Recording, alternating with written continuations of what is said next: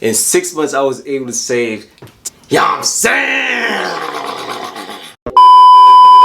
What's going on, YouTube? What's going on, family? It's your boy Sir O'Neal, aka Working Man Teacher, and I bought my first home in multi-unit rental property in Brooklyn, New York by the age of 26, and I created this channel so that you can do the same. So in this video, I'm going to talk about the importance of an emergency fund, because I feel like if I don't have this conversation about this topic on my YouTube channel, I will be missing something very important.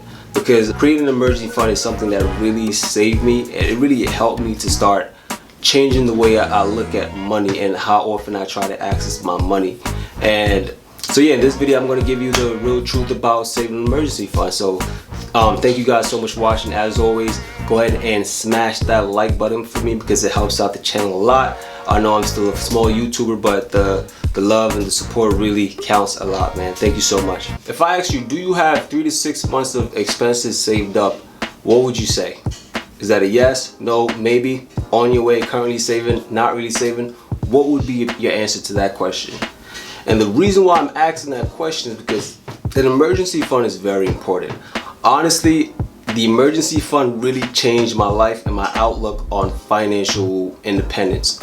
Because when I was younger, growing up, I don't know if I said it in any of my videos before, basically I moved about 7 times in around 10 years. I've been homeless. I've been through all that stuff, man. You name it, I've been through it. I really had it rough coming up, but I'm just sharing that to say I had to change my relationship with money.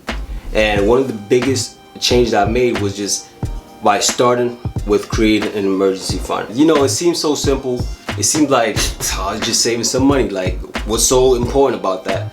The reason why it's so important because it gives you a principle and it grounds you in a specific place, right? For me specifically, it really grounded me because when I saved my emergency fund, oh boy, that joint really helped me. I remember one time when I had to move, I was on 18 or so. That's the first time my emergency fund ever came in handy. I had like 3 bands saved up, like that's $3,000 for my people who ain't from the culture. You know what I'm saying? So I had about $3,000 saved up and I had to move. It was a very extreme situation where I had to go, like my family had to go. And thankfully, when I've been working since I was 15, I started saving money. And basically, I was always saving, like making my money, putting a little bit to the side, make my money, put a little bit to the side. I wish some of my other family members had that same mentality, but unfortunately, they didn't, at least at the time. So when the time came, I was only 18 and we had to go because we were at risk of becoming homeless. And fortunately at 18, I was able to put up $3,000 and basically that got us an apartment. And ever since then, I said, damn, I need to continue saving my money because I don't want this to happen to me again. And lo and behold, about 3 years later, I was 21. We had to move again. The same situation happened, unfortunately. And I had to come out of pocket again because fortunately, family members didn't have the money, you know what I'm saying? And I had to be that person to come up with $6,000 at 21 to move into my apartment, to move into our new apartment. Honestly, 6 bands at $6,000 at 21, that's a lot of money, man. I had about $10,000 saved up in total. I think I had $10,000 saved up in total. No, I'm lying, I didn't have 10,000. I saved 10,000 when I was like 23 or so. That's when I had my first 10,000 saved up. But at that time, I had $6,000, man. I had to use that money for an apartment. And basically, if I didn't get that apartment, we would have been at risk of becoming homeless again. And that also showed me the power of saving an emergency fund. So I always kept an emergency fund because, like I said, based on those 2 examples, it comes in handy. Like, you don't know what might happen. You think everything is Gucci because you want to be out here, you know what I'm saying, just going from day to day, but shit happens, to be honest. So you want to always make sure that you're saving money, not just saving money for the sake of saving money, because after a while that's kind of counterproductive. So you just want to make sure that you're saving to have a 3 to 6 months emergency fund. Once you have that 3 to 6 months emergency funds in place, you're good to go, because like I said, anything can happen. Listen to a guy like me, man. I've been there. I moved 7 times in the course of 10 years. In the last 10 years, I moved like 7, 8 times. And I've been there where like got evicted. So technically I was homeless, had to stay at my friend's house, like literally in high school, had to stay at my homie's house.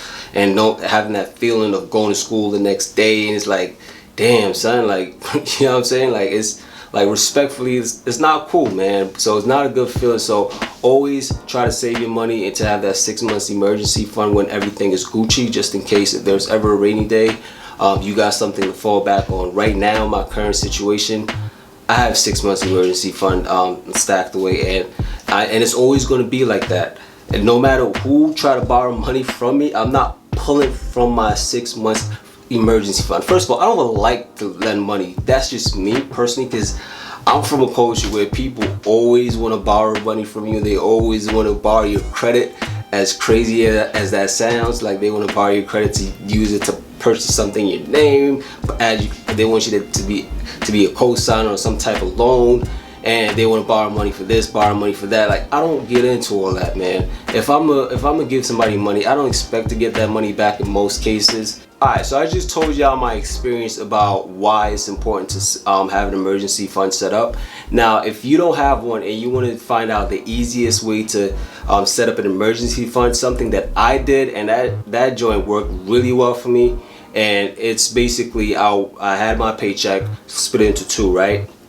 So I have a portion of my paycheck going towards one bank account where I pay all my bills, and I have another portion of my paycheck go to another bank account, basically in an online account, automated each month, just to make sure that I'm stacking money away, to save for a rainy day. Now, before you do that, you want to calculate your expenses. So for example, I calculate my rent for 6 months, I calculate my phone bill for 6 months, I calculate my laundry for 6 months, by utilities. So basically, you name it, I put everything on that expense because I wanted to overestimate, because I don't want to underestimate anything and be in a position where I don't have the amount of money that I really need if I ever need to pull on that emergency fund.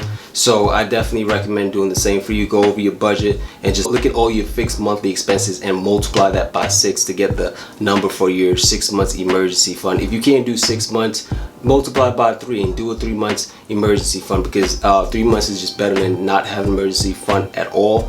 And if you work a regular W-2 job and you get paid direct deposit, you can have a split payment for your direct deposit, have like majority of it go to your regular bank account where you can pay your bills, but also have a portion of it go to some online, hopefully a high yield savings account, to save your money versus just keep it in a random checking account or a random savings account with a big bank that's not paying you anything. But honestly, interest rates is low right now, so you're probably not going to get the best interest rates even if you go with a high yield savings account, but it's still better than 0.0000001% or some crazy number like that.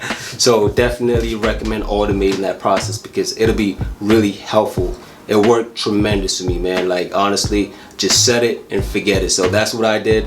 That's what I recommend that you try to do, at least just to establish that emergency fund, because the emergency fund is the building blocks for your financial success. It gives you discipline. It gives you an option when you might run out of options. So financially speaking, of course, something just to fall back on if you lose your job, or if you have a car or some crazy expense come up, you can run to that emergency fund, take out some money and put it back. You don't have to get a personal loan that's gonna charge you interest. So we're not in the business of paying interest. We're in the business of earning interest, because that's how we create generational wealth. So definitely recommend doing that as it relates to creating an emergency fund, because it's absolutely important to create an emergency fund. I think it's very much underestimated, and I can just tell y'all that from personal experience, someone who's been homeless, someone who almost went homeless twice, and their emergency fund came in handy in both occasions.